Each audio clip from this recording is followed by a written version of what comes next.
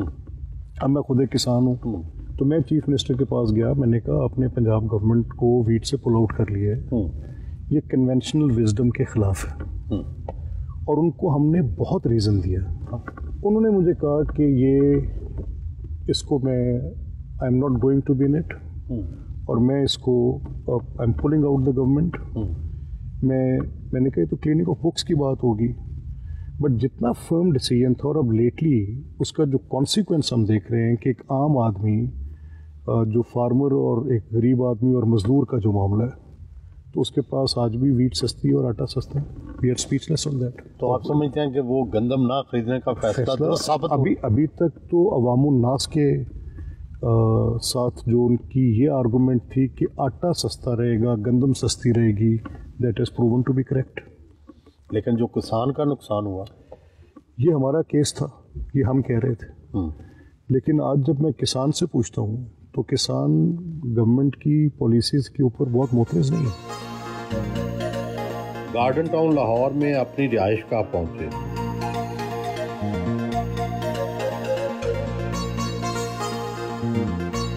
Family کے ہمراہ brunch کیا.